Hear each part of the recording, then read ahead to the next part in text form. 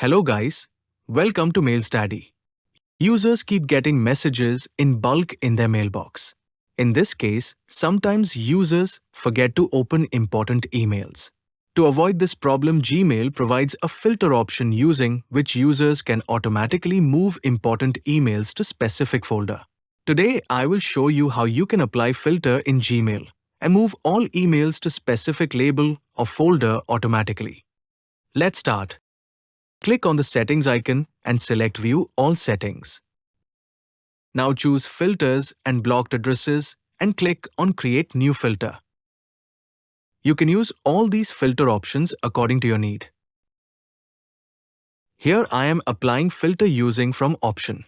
Enter the specific from email ID and click on Create Filter. Enable Skip the Inbox.